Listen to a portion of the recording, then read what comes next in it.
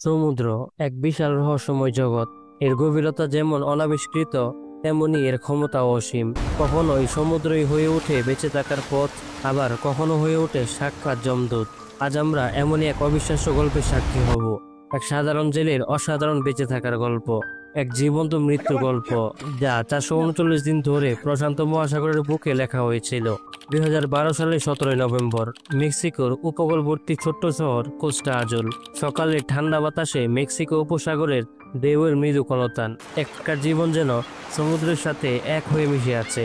সূর্যের প্রথম আলোয় জেলেরা তাদের নৌকায় প্রস্তুতি নিচ্ছে গভীর সমুদ্রে পাড়ি দেওয়ার জন্য। তাদেরই একজন হোসে সালভাদর আলবারিঙ্গো, বয়স 30-এর কাছাকাছি। মাঝারি ধরনের এই মানুষটির চোখে মুখে সমুদ্রের প্রতি এক গভীর শ্রদ্ধা, আর একই সাথে প্রতিদিনের রুটি রুজির সংগ্রামের কিছুটা ক্লান্তির ছাপ। পেশা একজন জেলে, যার জীবনের বেশিরভাগ সময় কেটেছে ঢেউ আর জলের মাঝে। প্রতিটা ভোর মানে তার কাছে নতুন দিনের শুরু, সমুদ্রের কাছ থেকে নতুন কিছু পাওয়ার আশা।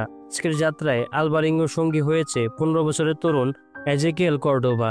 কর্ডোবা নতুন, কিছুটা অনভিজ্ঞ, কিন্তু তার চোখে নতুন কিছু শেখার আগ্রহ ঝলমল করছে। আলবারিঙ্গো জানে এই সমুদ্রে টিকে থাকতে হলে অভিজ্ঞতা আর ধৈর্য দুইটাই অপরিহার্য। সে কার্ডোকে সাবধানে জাল ফেলার নির্দেশ দেয়। তাদের ছোট পুরনো মাছ ধরা নৌকা এলমোজিতা ধীরে ধীরে গভীর জলের দিকে এগোতে থাকে। আলবারিঙ্গের মনে তার ছোট্ট পরিবার, তার মেয়েটির কথা ভেসে ওঠে। সে জানে এই সমুদ্রই তার পরিবারের মুখে খাবার তুলে দেয়। তাদের লক্ষ্য মার্লিন এবং হাঙ্গর ধরা, কিন্তু প্রকৃতির পূর্বাভাস বড়ই অদ্ভুত। তা কখন কি রূপ ধারণ করে তা বোঝা বড় দায়। সূর্য তখন মাথার উপরে, হঠাৎ করেই আবহাওয়ার পরিবর্তন শুরু হয়। দিগন্তে কালো মেঘের ঘনঘটা, বাতাস দ্রুত গতিতে বইতে শুরু করে। সমুদ্রের শান্ত রূপ পাল্টে রৌদ্রমূর্তি ধারণ করলো কিছুক্ষণের মধ্যেই। ঢেউগুলো ক্রমশ বড় হচ্ছে। আলবারিঙ্গার অভিজ্ঞ চোখ বুঝতে পারে এই আবহাওয়া ভালো নয়, তাকে দ্রুত তীরে ফিরতে হবে। কিন্তু ততক্ষণে অনেকটাই দেরি হয়ে যায়। ঝড়ের দানবীয় থাবা গ্রাস করতে শুরু করে চারপাশ, বিদ্যুৎ চমকাতে শুরু করে, আর তারপরেই নেমে আসে অজর ধারার বৃষ্টি। জড়ো হাওয়া এলমোজিতাকে এলোমেলো ভাবে দোলাতে থাকে। বাতাসের গতি ক্রমশ বাড়ছে। ঢেউয়ের ধাক্কায় নৌকাটি বারবার ডুবতে বসে। আলবারিঙ্গা প্রাণপণে হাল ধরে রাখার চেষ্টা করে। কর্ডোবা আতঙ্কিত চোখে চারপাশ দেখে। চোখের পলকেই সব যেন এলোমেলো হয়ে গেল। যে সমুদ্র এতদিন জীবন দিয়েছে, আজ সেই সমুদ্র সাক্ষাৎ যেন ব্রহ্মদূত হয়ে দাঁড়িয়েছে। ঢেউয়ের গর্জন, বাতাসের হুঙ্কার, চারদিকে শুধু ধ্বংসের চিত্র। আলবারিঙ্গা বুঝতে পারছিল এই ঝড় কোনো সাধারণ ঝড় নয়, এটা তাদের জীবন কেড়ে নিতে প্রস্তুত। এরপর একটি দানবীয় ঢেউ এসে এলমোজিতার উপর আছড়ে পড়ল। নৌকাটি উল্টে যায়, ইঞ্জিন বিকল হয়ে পড়ে। আলবারিঙ্গা ও কর্ডোবা ছিটকে পড়ল ঠান্ডা ও হিংস্র জলে। তারা একে অপরের থেকে বিচ্ছিন্ন হয়ে যায়। আলবারিঙ্গা কোনো মতে নৌকার ভাঙ্গা অংশ আঁকড়ে ধরে নিজেকে বাঁচিয়ে রাখার চেষ্টা করে। রাতের অন্ধকার আর সমুদ্রের বিশালতা যেন তাদের গ্রাস করতে থাকে। তবে কি এটাই শেষ? এটাই কি তাদের জীবন্ত মৃত্যু শুরু? এরপর দিনের আলো ফোটে।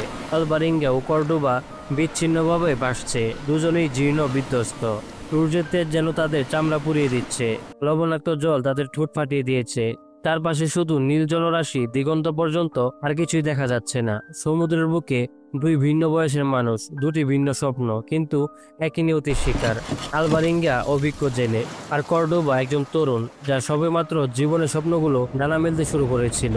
অনেক কষ্টের পর আলবারিঙ্গা তার ভাঙ্গা নৌকার একটি ছোট অংশ, একটি ফাইবার গ্লাসের বরফের বাক্স খুঁজে পায়, যা কিছুটা আশ্রয় দিতে পারে। কিছুক্ষণ পর সে দেখতে পায় কর্ডোবাও তার থেকে কিছুটা দূরে একটি ভাসমান ধ্বংসাবশেষ আঁকড়ে ধরে আছে। আলবারিঙ্গা সর্বশক্তি দিয়ে কর্ডোবার দিকে সাঁতার কেটে যায় এবং তাকে নিজের আশ্রয়ে টেনে আনে। এরপর আলবারিঙ্গা দুর্বল কণ্ঠে বলল, কর্ডোবা, আমরা বেঁচে আছি, আমরা হাল ছাড়লে চলবে না। কর্ডোবা ভয়ে কাঁপছে। বস, আমরা কি মারা যাব? আলবারিঙ্গা দৃঢ়ভাবে উত্তর দেয়, না, আমরা বাঁচবো, আমরা বাড়ি ফিরবো। প্রথম কয়েকটা দিন তারা শুধু চিৎকার করেছে, সাহায্যের জন্য আকুতি জানিয়েছে, কিন্তু সেই চিৎকার সমুদ্রের বিশালতায় হারিয়ে যায়। পেটের খিদে আর গলার তেষ্টা তাদের দুর্বল করে দিচ্ছে। তারা আকাশের দিকে তাকিয়ে থাকে একটু মেঘের আশায়, যদি একটু বৃষ্টির জল পাওয়া যায়। কিন্তু আকাশ ছিল পরিষ্কার ও নির্মম। আলবারিঙ্গা তার অভিজ্ঞতা কাজে লাগাতে শুরু করে। সে ভাঙ্গা ফাইবার গ্লাসের একটি টুকরো দিয়ে বৃষ্টির জল ধরার ব্যবস্থা করে। তারা মাছ ধরার জন্য হাত দিয়ে চেষ্টা করে, কিন্তু প্রাথমিক দিনগুলোতে ব্যর্থ হয়। প্রকৃতির নিয়ম যেন বড়ই কঠিন। ক্ষুধার্ত পেটে নীতিশাস্ত্র টিকে না।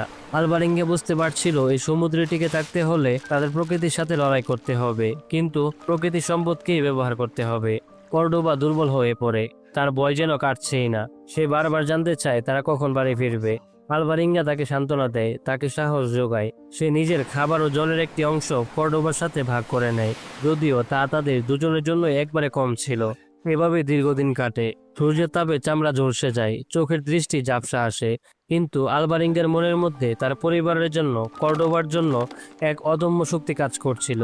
তারা সমুদ্রে ভেসে থাকা আবর্জনা, যেমন প্লাস্টিকের বোতল বা সামুদ্রিক প্রাণীর দেহাবশেষকে নিজেদের কাজে লাগানোর চেষ্টা করে। আর সেই সামান্য জলের পাত্র বা সূর্যের তেজ থেকে বাঁচার জন্য একটি ছোট ছাউনি তৈরি করে। আলভারিঙ্গা ও কর্ডোবার জীবন তখন এক নিরন্তর সংগ্রাম। প্রতিটা মুহূর্তই যেন বেঁচে থাকার লড়াই। শরীর দুর্বল, মন হতাশ, কিন্তু কোথাও যেন একটা অদৃশ্য শক্তি তাদের টিকিয়ে রাখে। হয়তো সেটাকেই মানুষের অদম্য ইচ্ছা শক্তি বলে, যা কঠিন পরিস্থিতিতেও হার মানতে চায় না। সময় তাদের জন্য যেন অর্থহীন হয়ে পড়ে, শুধু বেঁচে থাকাটাই মূল মুখ্য। তাদের তখন মাথার মধ্যে একটি শব্দ, আর সেটি হলো আশা। এই ছোট্ট শব্দটি তখন তাদের একমাত্র সম্বল। যখনই দূরে কোনো জাহাজ বা উড়ন্ত পাখি দেখতে পায়, তাদের বুকের দুঃখপুকনি বেড়ে যায়। মনে হয় এই বুঝি তাদের দীর্ঘ প্রতীক্ষা শেষ হলো। কিন্তু প্রতিবারই সেই আশা ভেঙে চুরমার হয়ে যায়। অনেকদিন পর দিগন্তে একটি বিশাল কন্টেইনার জাহাজ দেখা যায়। আলভারিঙ্গা ও কর্ডোবা তাদের দুর্বল শরীরেও যেন বিদ্যুৎ খেলে যায়। তারা পাগলের মতো হাত নাড়াতে শুরু করে, চিৎকার করে, কিন্তু জাহাজটি তাদের পাশ দিয়ে চলে যায়। তারা দেখতেও পায় না। জাহাজটি চলে যাওয়ার পর কর্ডোবা হতাশায় ভেঙে পড়ে। সে কাঁদতে শুরু করে। মনে হয় আর কোনো আশা নেই, হয়তো এই অনন্ত সমুদ্রই তাদের শেষ ঠিকানা। আলভারিঙ্গা তাকে সান্ত্বনা দেয়, কিন্তু নিজেও ভেতরে ভেতরে ক্লান্ত। এরপর আলভারিঙ্গা বলে, কর্ডোবা, কান্নাকাটি করে কোনো লাভ নেই, আমাদের লড়তে হবে। আমরা হাল ছাড়লে চলবে না। তারা সামুদ্রিক প্রাণী খেয়ে বেঁচে থাকার চেষ্টা করে, যেমন ছোট মাছ, কচ্ছপ, এমনকি সামুদ্রিক পাখিও তাদের খাদ্য তালিকায় যোগ হয়। আলভারিঙ্গা কাঁচা মাছ ধরার এবং খাওয়ার কৌশল কর্ডোবাকে শেখায়। সে হাতে করে ছোট মাছ ধরে, চামড়া তুলে মাংস খায়, কিন্তু কর্ডোবা কাঁচা মাংস খেতে পারে না। সে ক্রমশ দুর্বল হতে থাকে। সমুদ্রের বিভিন্ন ভয়ঙ্কর রূপ তারা দেখেছে, যেমন শান্ত নীল জল, ভয়ঙ্কর জ্বর, রাতে তারাময় আকাশ, সবই এখন তাদের পরিচিত। প্রকৃতির এই বিশালতা একদিকে যেমন তাদের ক্ষুদ্র মনে করায়, তেমনি তাদের মধ্যে এক অদ্ভুত সাহসও যোগায়। বৃষ্টিহীন দীর্ঘদিন কাটে। যখনই বৃষ্টি নামে, তারা তাদের জামা কাপড় এবং সামান্য পাত্রে জল ধরে রাখার চেষ্টা করে। এই সামান্য জলই তখন তাদের কাছে অমৃতের সমান। কর্ডোবা মানসিকভাবে ভেঙে পড়তে শুরু করে। তার দেহ ক্রমশ খারাপ হতে থাকে। সে বমি করে, অসুস্থ হয়ে যায়। আলভারিঙ্গা তার সর্বস্ব দিয়ে তাকে বাঁচানোর চেষ্টা করে, কিন্তু কর্ডোবার অবস্থা ক্রমাগত খারাপ হতে থাকে। সে ঈশ্বরকে ডাকতে শুরু করে, নিজের বাবা মাকে স্মরণ করে। এই সহনশীলতার পরীক্ষা কেবল তাদের শরীরের নয়, মনেরও ছিল। একাকিত্ব, অনিশ্চয়তা আর নিরন্তর মৃত্যুর ভয়, এই সবকিছু তাদের গ্রাস করছিল। কর্ডোবা তরুণ বয়সে এত কষ্ট সহ্য করার কথা ছিল না। সে ক্রমশই মৃত্যুর দিকে এগিয়ে যাচ্ছিল। আলভারিঙ্গা তার নিজের দুর্বলতা ভুলে কর্ডোবার পাশে থাকে। সে তাকে গল্প শোনায়, ভবিষ্যতে স্বপ্ন দেখায়, কিন্তু সে ভালো করেই জানে প্রকৃতির নির্মম নিয়মের কাছে তারা কতটা অসহায়। এরপর প্রায় 4 মাস সমুদ্রে ভাসার পর কর্ডোবা মারা যায়। তার শরীর আর সহ্য করতে পারেনি। আলভারিঙ্গার জন্য এটা ছিল চরম একটি আঘাত। একজন সঙ্গী, একজন সহযাত্রী, যাকে সে বাঁচানোর জন্য আপ্রাণ চেষ্টা করেছে, কিন্তু সে আজ নেই। সে এখন পুরোপুরি একা হয়ে গেল। কর্ডোবার মৃতদেহ ফেলে দিতে আলভারিঙ্গার মন সায় দিচ্ছিল না। সে কয়েকদিন ধরে মৃতদেহটি নৌকার সাথে বেঁধে রাখে। সে কথা বলে কর্ডোবার সাথে, সে যেন এখনো বেঁচে আছে। তুমি আমাকে একা ফেলে চলে গেলে বন্ধু, আমরা তো কথা দিয়েছিলাম একসঙ্গে বাড়ি ফিরবো। আলভারিঙ্গা মৃত কর্ডোবার দিকে তাকিয়ে এসব বলতে থাকে, কিন্তু সময়ের সাথে সাথে বাস্তবতা তাকে নির্মমভাবে আঘাত করে। মৃতদেহ পচে যাচ্ছে, যা তার নিজের জীবনের জন্য হুমকি। অত্যন্ত কষ্ট নিয়ে আলভারিঙ্গা তার একমাত্র সঙ্গীর দেহ সমুদ্রে ভাসিয়ে দেয়। এই কাজটা করতে গিয়ে তার বুকের ভেতরটা যেন ছিঁড়ে যায়। কর্ডোবার মৃত্যু আলভারিঙ্গার মনোবল প্রায় ভেঙে দিয়েছিল, কিন্তু সে জানে তাকে বাঁচতে হবে, তার পরিবারের জন্য এবং নিজের জন্য। এই একাকিত্ব তার মনে সবচেয়ে কঠিন পরীক্ষা ছিল। সে এখন পুরোপুরি একা। তার একমাত্র সঙ্গী এখন সমুদ্র, আকাশ আর তার নিজের চিন্তা ভাবনা। এই সমুদ্রকে আরো গভীরভাবে পর্যবেক্ষণ করতে শিখে। তিমি বা ডলফিনের জাগ যখন তার আশেপাশে আসে, তারা যেন তাকে সঙ্গ দেয়, নীরব ভাষায় সাহস যোগায়। আলভারিঙ্গা তাদের দিকে তাকিয়ে থাকে, মনে মনে কথা বলে। শামুক, কাঁকড়া, ছোট ছোট স্কুইড, যা কিছু সে পায় সেটাই তার খাদ্য হয়ে ওঠে। পাখির ডিমও সে সংগ্রহ করতে শুরু করে। পাশাপাশি সূর্যের আলোয় মাছ শুকিয়ে সংরক্ষণের কৌশলও সে শিখে নেয়। তার শরীরে লবণাক্ত জলের ঘা ক্রমশ বাড়ছে, অসহ্য যন্ত্রণা হয়, কিন্তু সে সেই কষ্ট সহ্য করে, কারণ তার জানা আছে লড়াই থামিয়ে দিলে মৃত্যু অবধারিত। তার ভেতরের ভয় ধীরে ধীরে সাহস এবং সহনশীলতায় রূপান্তরিত হয়েছিল। এভাবে করে কেটে যায় প্রায় 438 দিন। এরপর আসে 439তম দিন। তার শরীর জীর্ণ দুর্বল, কিন্তু মনের মধ্যে ক্ষীণ আশা তখনও জ্বলছে। এরপর সকালে সে দেখতে পায় দূরে একটি সবুজ বিন্দু। প্রথমে সে বিশ্বাস করতে পারে না, কারণ বহুবার সে এমন কিছু দেখেছে যা পরে মরীচিকা বলে প্রমাণিত হয়েছে। কিন্তু এবার বিন্দুটি ক্রমশ বড় হচ্ছে এবং এটি দেখতে একটি ভূমির মতো। আলবারিঙ্গা দুর্বল শরীরেও যেন নতুন করে শক্তি ফিরে আসে। সে পাগলের মতো হাত নাড়াতে শুরু করে, চিৎকার করে। সে বুঝতে পারে সে মার্শাল দ্বীপপুঞ্জের কাছাকাছি চলে এসেছে, আর ভেতরে সে শক্তি দিয়ে সে তার ভাসমান টুকরোটি সে ভূমির দিকে ঠেলে নিয়ে যায়। ঢেউ তাকে ধীরে ধীরে কিনারার দিকে নিয়ে যায়। অবশেষে 20 জানুয়ারি 2014 আলবারিঙ্গা মার্শাল দ্বীপপুঞ্জের একটি ছোট দ্বীপে ইবুন নামক একটি লোকালয়ের কাছাকাছি তীরে ভিড়ে যায়। তার চোখে জল। এ কান্না কষ্টের নয়, দীর্ঘ প্রতীক্ষার পরে পাওয়া মুক্তির আনন্দ। দ্বীপের বাসিন্দারা অর্থাৎ ইবন লোকালয়ের লোকজন তাকে খুঁজে পায়। একজন দুর্বল জীর্ণ মানুষ, যার চুলদাড়ি লম্বা, শরীর ক্ষত বিক্ষত। সে তখন আর মানুষের মতো ছিল না। তারা তাকে সাহায্য করে, খাবার জল দেয়, প্রাথমিক চিকিৎসা করা হয়।